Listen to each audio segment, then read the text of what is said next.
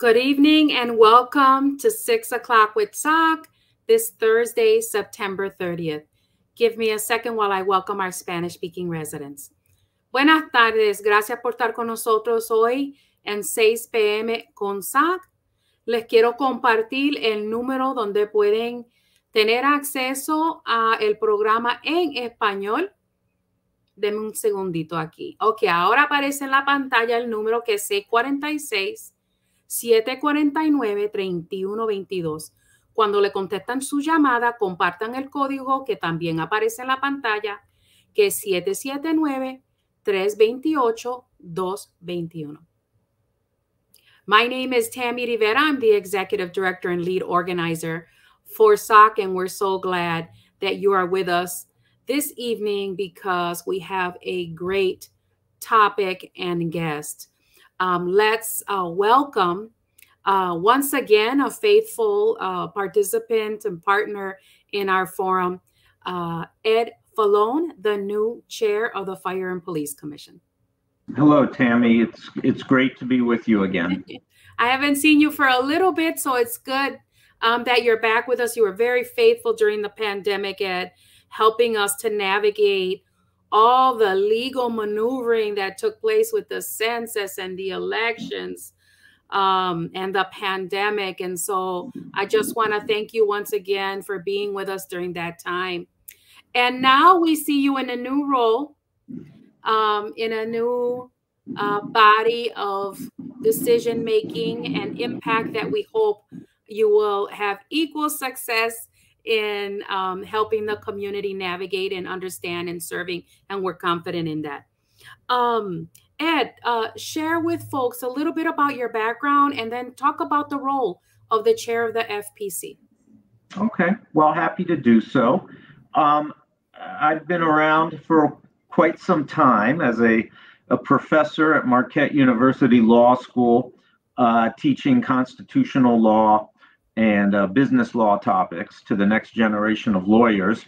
But over the last 30 years, I've also been very involved in the Latino community here in Milwaukee and southeastern Wisconsin. My mother was a Mexican immigrant. She was born and raised in Mexico City. So I have very strong Latino roots. And so I've been involved in nonprofits like the Latino Community Center, which intervened with at-risk youth to try and keep them out of gangs. Centro Legal para los Derechos Humanos, providing low-cost lawyers to people in the community who have legal issues. And Catholic Charities, Immigration Legal Services, which provides lawyers for people in the immigrant community who are dealing with requests to stay in the United States. And so for me, this is sort of another opportunity to give back to the community, and that is to serve as the chair of the Fire and Police Commission of Milwaukee. The commission goes back to 1885. Wow. It was founded. It is one of the oldest oversight bodies for the police. And it was initially founded to take politics out of policing. Back in the late 1800s, police officers were city employees, and it was very common for mayors to use police jobs as a way of rewarding supporters. And the idea was, let's cut off the political aspect. And so in Milwaukee, the Fire and Police Commission is completely independent of the mayor, independent of the Common Council. We are a government body. We don't listen to anyone.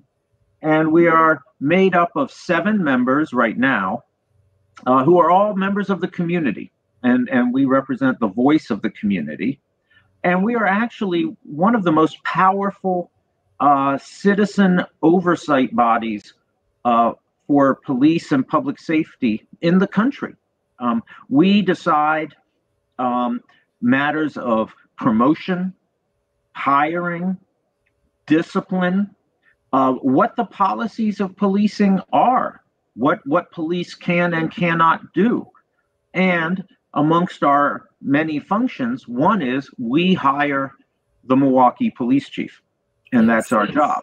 And so we have great authority, great power, and yet we are citizens from the community. We don't run for office. We're not politicians.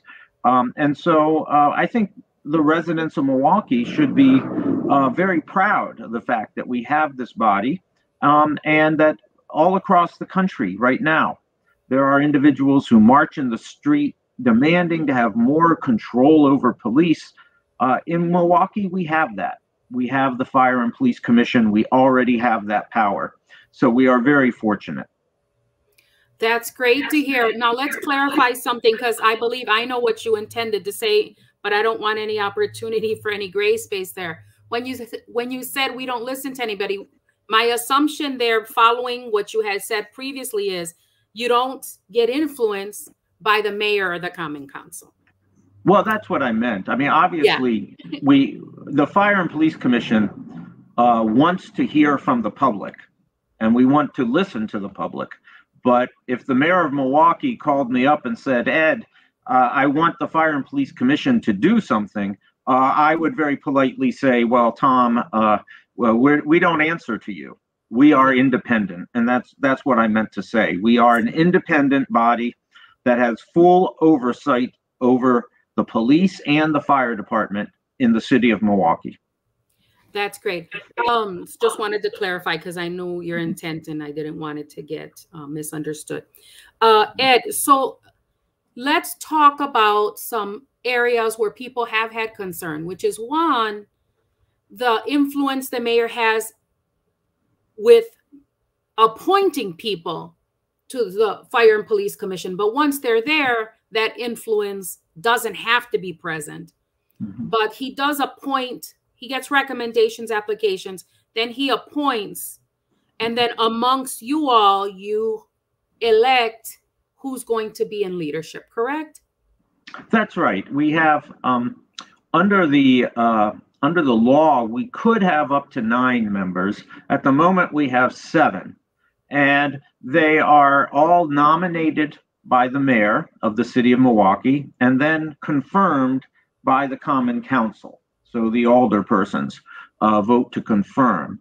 And I think Tom Barrett is to be applauded. He has, I think, tried to have appointments to the commission that reflect a variety of communities in our city and a variety of experiences.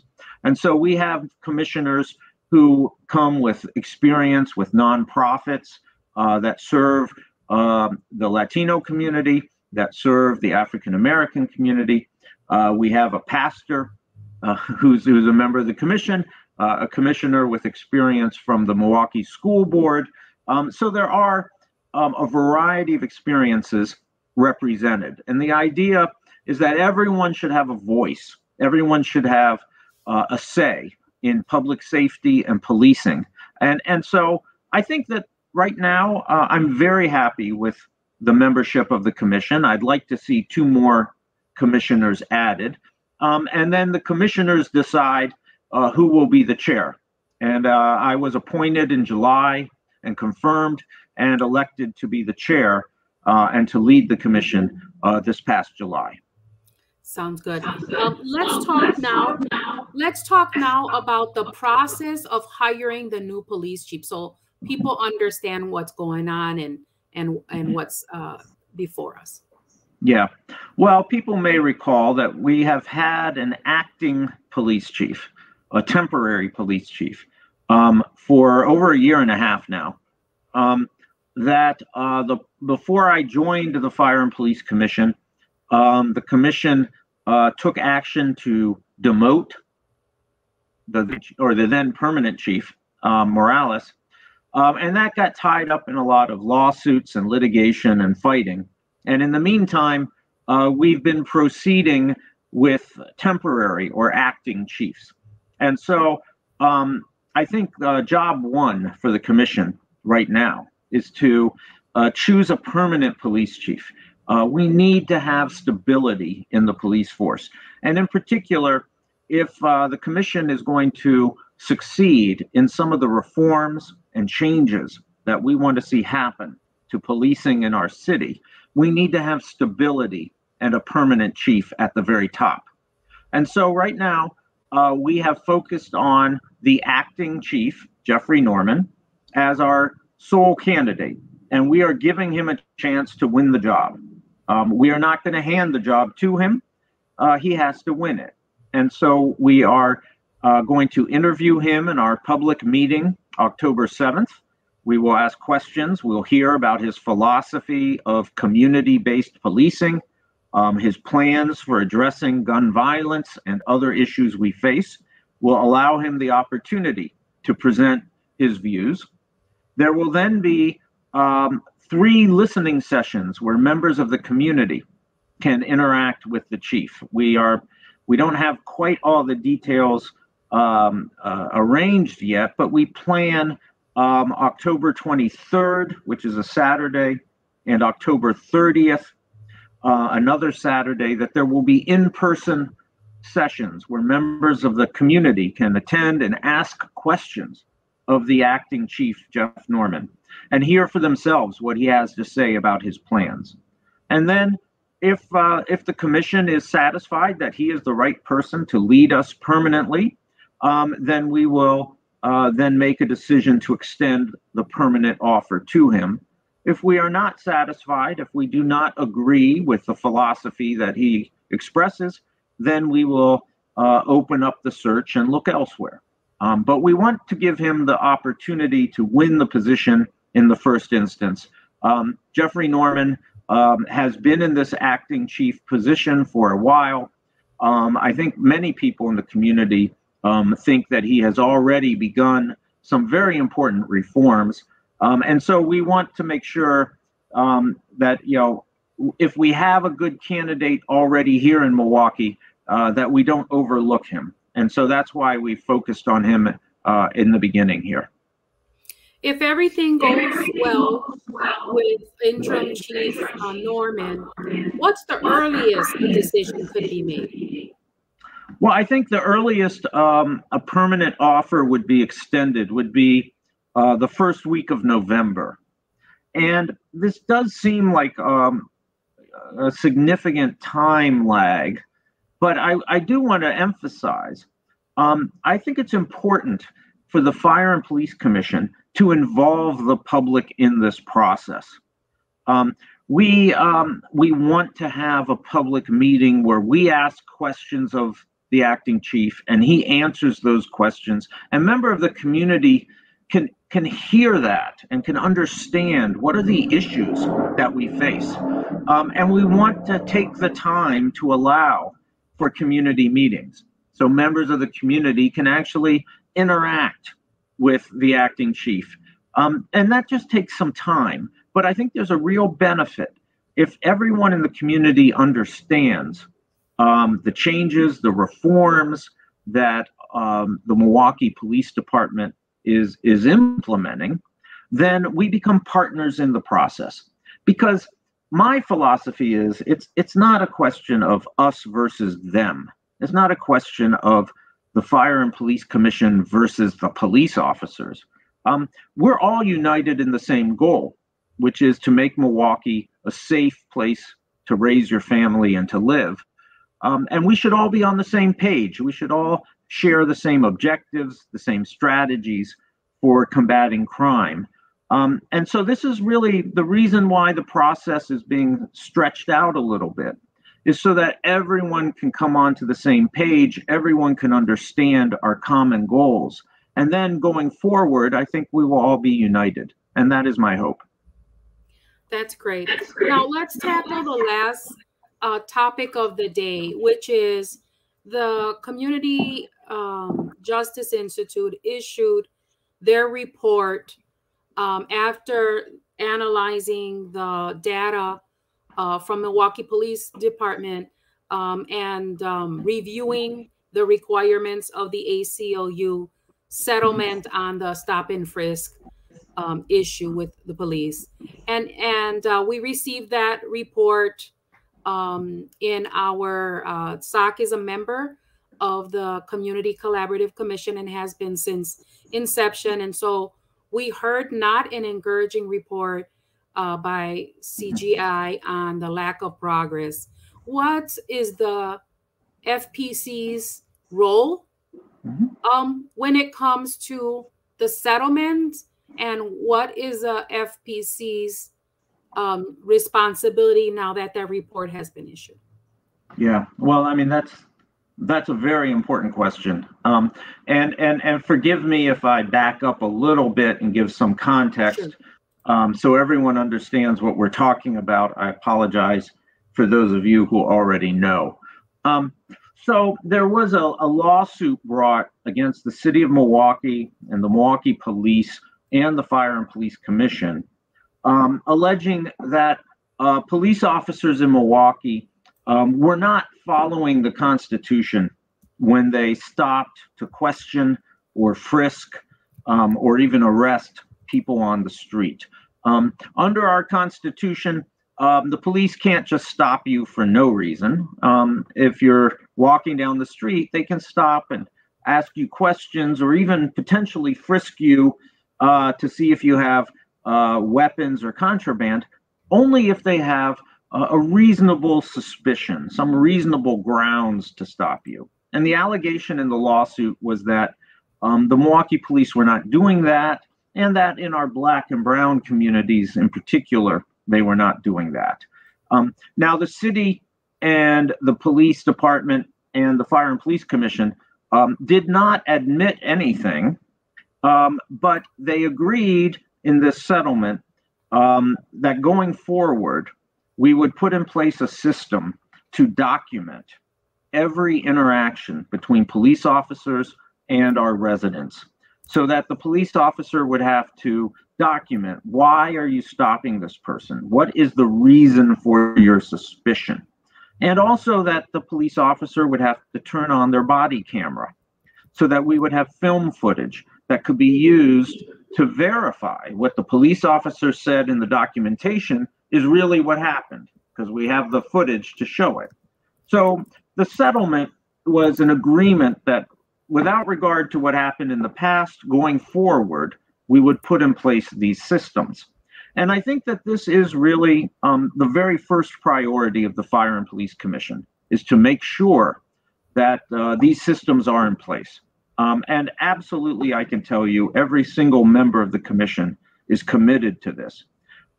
Now, it is a very large culture change for the Milwaukee police. You have officers who are being asked to do things very differently in terms of documenting and filling out forms for every single interaction with members of the public. It's also difficult on a technological basis to create this database that covers every single interaction. And we are committed to doing that in the settlement, and we are committed to doing that even without regards to the lawsuit. We would want this to be in place. And so we are implementing it. And so you referred to the CJI report, which is sort of an outsider's review of how good a job are we doing in getting to this result. And I'll be honest, yes, the outside review is that we are a little bit behind where we should be. I will say that the Fire and Police Commission is doing everything that we promised to do. And it's really the Milwaukee Police Department that we would like to see further along in implementing this change. And so part of our process in interviewing Jeff Norman for the permanent police chief job is going to be to assure ourselves that he is committed as a permanent police chief to moving this along. And I think that in general, the Fire and Police Commission is very committed to moving this along. And we are aware that there's a lot of work left to be done. But we are going to get there. This is essential. It is absolutely essential that our police do not stop, question, frisk, or arrest any resident unless they have reasonable grounds to do so. And so that's where we're headed. I wish we would be moving a little more quickly, but we know where we're going to get to, and we will get there as soon as possible. I'll share with folks as well that the Community Collaborative Commission was named by the ACLU as the oversight body, the civilian oversight body of this settlement as well. And so that was an added responsibility to our committee, and that's why we're a little more involved. And then I'll share some of the findings with folks from the ACLU announcement about the CGI report. And so the report revealed that 87%, according to the ACLU, 87% of risk in the sample that they looked at, conducted in the second half of 2020, were made without showing there was reasonable suspicion that a person was armed and dangerous. And then, and that nearly 38% of the pedestrians stopped by MPD in the same sample failed to show reasonable suspicion of criminal activity. And then, you know, speaking of the question of people of color in the city, that Black people were 60% of those stopped, and 86% of those frisks, and that they issued that it was significant non-compliance, and that it was also the same for the first half in 2020. And so the other piece of information for people to know is we're in year 3 of a 5-year compliance program. And so the other thing we're doing in the CCC is examining the language to see what seems to be likely that the settlement might have to be renegotiated and extended. And then will you share, Ed, the process for people to submit questions during the listening session so that people can prepare, and let's share those dates again, and then share how people can get in contact with you at the FPC. Sure. First, let me just say in response to your very accurate description of where we're at in terms of complying with the requirements of the Collins settlement. What we are trying to achieve is a system where every single interaction, every stop between a police officer and a member of the public is documented, and the officer explains the reason why there was a stop. And then also that we have auditing, so that under the Fire and Police Commission, we can take samples of different days and different communities and review and say, oh, okay, was there the documentation created, and did the documentation demonstrate that there was a reason for the stop? And then if after that we see there are certain officers that are either not documenting what they're doing, or that did not have a reasonable reason to stop people, then you can discipline and retrain those officers so that they won't in the future continue that practice. So that's what we're moving towards. And yes, it's very true. At this moment, we don't have 100% of the documentation being created, but we're moving in that direction. And so we're hoping to get to a point where we can assure ourselves that when the police stop people, they're not stopping them because of their race, they're not stopping them because of their ethnicity, they're only stopping them because there's an objective, reasonable reason to stop and question them. And we're definitely moving in that direction. We are going to be asking Acting Chief Jeff Norman about the plans for ensuring progress in this way. We're going to ask Acting Chief Norman about his vision for policing, how the police should work with members of the community, and a variety of other topics. And so on October 7th, the Fire and Police Commission will be conducting a public meeting that can be viewed on Channel 25, which is the Milwaukee City Government channel. And then the general public will have the opportunity to attend 2 in-person sessions where they can ask questions themselves. And I believe we don't have quite final arrangements yet. We're still trying to finalize it. But I believe that the first listening session where they can ask questions will be Saturday, October 23rd, most likely in the morning. And the second will be Saturday, October 30th, also in the morning. And there will be more information released about the location and the exact time when members of the public can come. And there will be a third session which will be conducted virtually.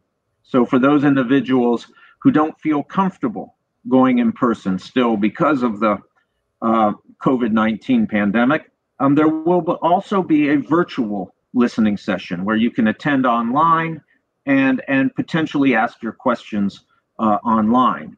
All of the final details should be released hopefully within the next week. And I will be communicating with Tammy and other community organizations to spread the word as soon as we have the final information. And we'll make sure to do that. I'm going to check and see if we have any questions before we conclude. In the meantime, will you share how people can contact the FPC? People can contact the FPC.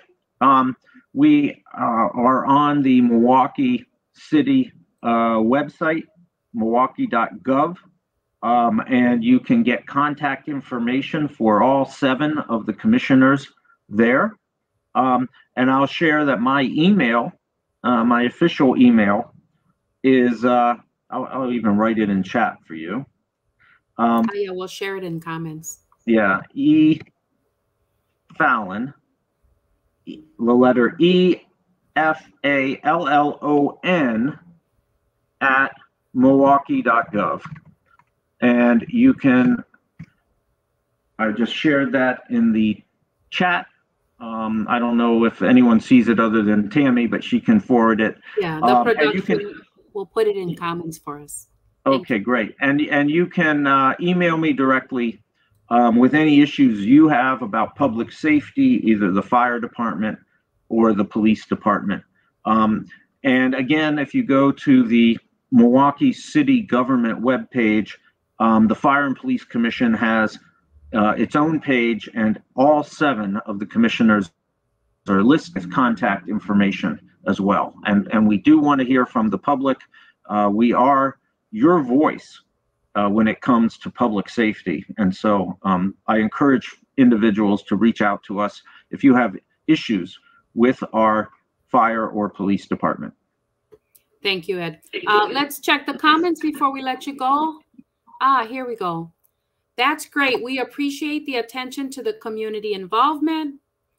What happens when certain officers don't follow that protocol of proper reporting, documenting, or having their body cameras on? Is there some sort of discipline? Yes, we have 2 routes, 2 different paths of discipline for our police. The first route would be for the chief of police to discipline officers who do not follow correct policy. And then those officers would be perhaps, I suppose the least significant discipline would be to be sent for retraining. And then more serious discipline would be to be suspended for a period of days without pay. And the most significant discipline would be actually to be demoted or fired.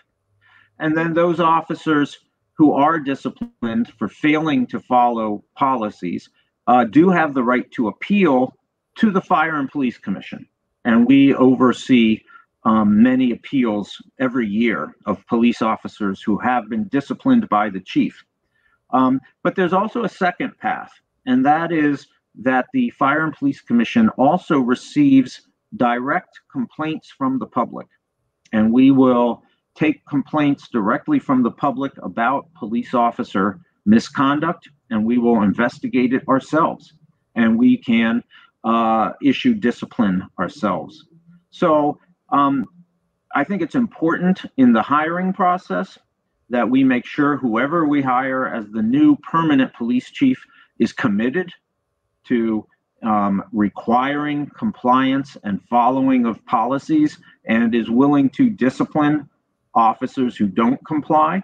I think that's an important part of our hiring process, and it will be part of our oversight process going forward to make sure that officers who don't follow the rules do face discipline. And if folks want to file a complaint, they can, how can they do that? Well, again, if you go to milwaukee.gov, to the Fire and Police Commission website, you will see there is a heading for citizen complaints, and it will take you a link that will enable you to make a complaint right on the website. Great. We have one last question. Are there any conversations regarding ending qualified immunity for accountability purposes with the FPC and MPD by chance? Thank you for your time. Qualified immunity is a judge-created doctrine that makes it very difficult to file a lawsuit against a police officer for misconduct in their official actions and hold the police officer financially responsible. And I think that there are a variety of ways to try and reform this. I certainly, in my law professor role, have been very critical of qualified immunity. One way to make sure police officers respect the civil rights and constitutional rights of our residents is to hold them responsible when they don't. And qualified immunity is sort of a pass that allows them to avoid accountability. I think that probably the best way to end qualified immunity would be through legislation at our state legislature level, or alternatively, Congress could potentially pass a law at the national level. I think the Fire and Police Commission, our role is perhaps not, we don't have quite the comprehensive authority because our authority is over the city of Milwaukee.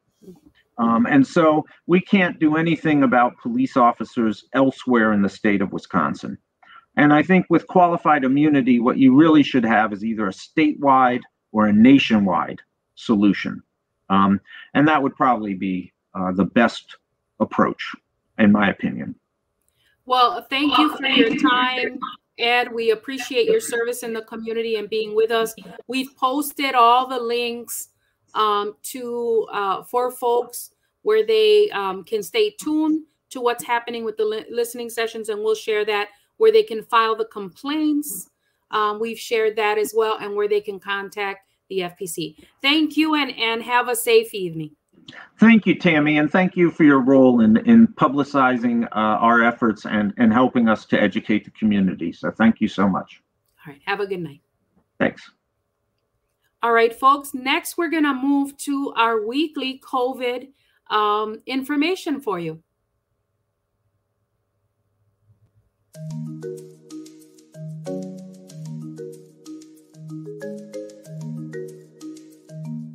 The Delta variant is a little different than the original COVID-19 in that it's more transmissible.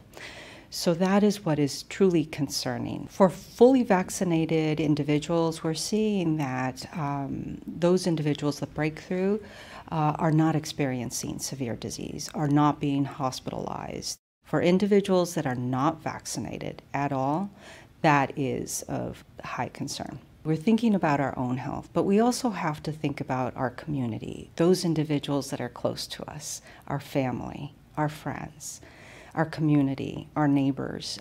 Those individuals may have underlying medical conditions that they are aware of, and there are also individuals that may have underlying medical conditions that they are not aware of.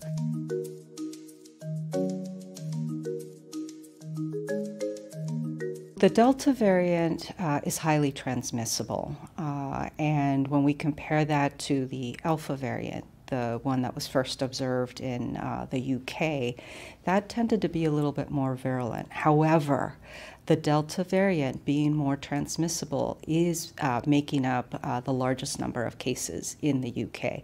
In the United States, it's making up over 50% of all of our new cases.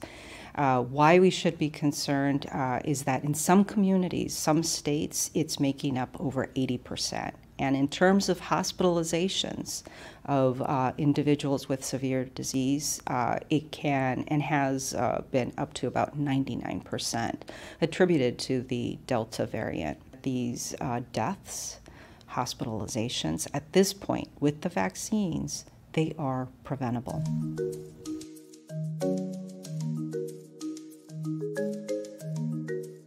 Variants are really smart, and they try to survive, and they evolve. And that's why the vaccination is so important, because we do want to prevent new variants that get smarter. Vaccinations will slow down the propagation of new variants, and that's why it is important. The Delta variant is highly transmissible. What we do not want to see is a variant that is highly virulent, that would cause severe disease, hospitalization, and death. For some communities, in particular rural and semi-rural, that do not have easy access to clinics, medical hospitals, that have the resources to take on and treat the patients, these are the communities that we really need to worry about.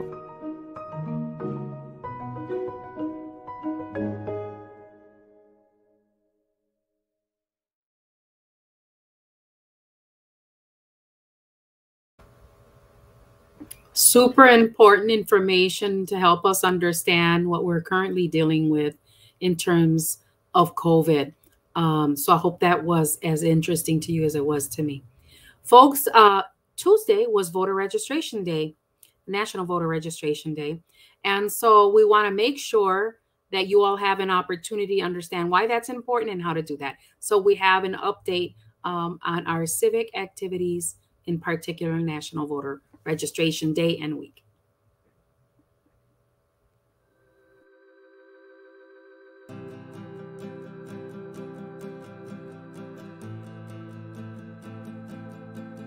National Voter Registration Day is a nonpartisan civic holiday dedicated to making sure every American uses their precious right to vote. Since it was created in 2012, it has always been celebrated on the fourth Tuesday of September. Did you know that 1 in 4 eligible Americans are not registered to vote? Many people don't know that you need to register before you can vote, and in several states, you need to register several weeks in advance. So, why do you vote? I vote because it's my civic duty and because I care about my community and my country. I vote for the millions of people who are disenfranchised and can't vote. I vote because I want my representatives to fight for issues that I care about. I vote to create a brighter future for my generation and the next generation. National Voter Registration Day is a day of civic unity. It's an opportunity to set aside differences, enjoy the rights we all share as Americans, and celebrate our unique form of democracy. So on this National Voter Registration Day, get registered or help someone get registered at voteusc.com. Participate in our democracy and make your voice heard. Is your voter registration up to date? Even if you voted before, from time to time, states and local election offices purge their voter registration lists. They delete people who have moved or who haven't voted in a long time. And sometimes there's just an error. That's why it's a good idea to check your registration now to make sure you can vote on Election Day. Start by finding your local election office at usa.gov/election-office. You may be able to check your registration online, by phone, by mail, or in person. When you're reviewing your voter registration, here's what to look for. Your name is correct and still on the voter list. Your address and party affiliation are up to date. And you're going to the correct polling place. If you can't find your name on the voter list or your information is wrong, contact your election office right away to correct the error. Did you recently move or change your name? Depending on where you live, you'll need to update your registration or re-register. Ask your election office. Sometimes just moving a few blocks away can actually change your polling place. And check your registration if you have not voted in the past couple of elections, or you didn't mail back a postcard from your election office. They might consider you inactive and purge your name from the voter registration list. Don't wait until Election Day to discover you can't vote.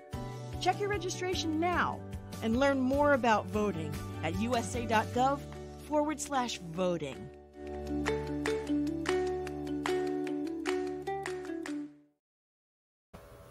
And if you need some help figuring all of that out, we're here for you. You can call us at our phone number, 414-672-8090. You can visit our website, and you can email us at soc@socmilwaukee.org. We're not quite in person yet. We hope to sometime when things are very safe in the community. But we've been here for you in every other way, and we really do look forward to seeing you in person.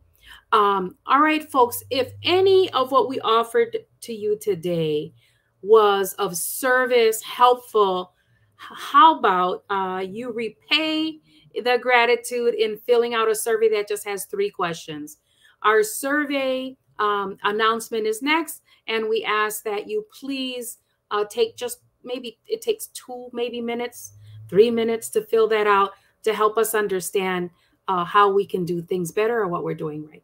So we'll have an announcement about that, and then we're happy to wish you a safe and good evening. Has this live forum been informative and useful to you? What part of the forum could be improved or changed to make it better? Please take a quick survey that's located in the comments section so that we can keep 3 o'clock with SOC going for residents. Thank you for tuning in.